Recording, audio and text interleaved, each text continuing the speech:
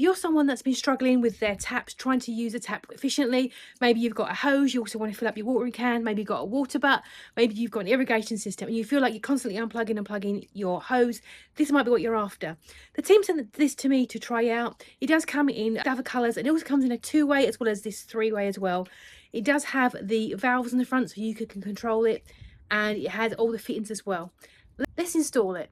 In the box you get the tap system. Also send you the fixtures and fittings as well, including some sealant tape. It is possible, everyone's tap is different, you may need this. Let's see how it go. And you also get some tap fittings as well if you need those. Let's remove this and I'm going to pop it on there.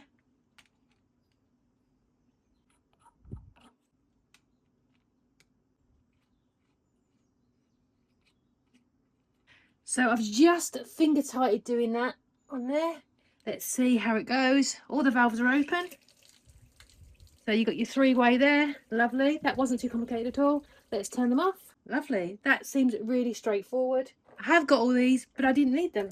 I've got it turned on. No leaks. Let's put my hose back on. Fill up my watering can. Lovely.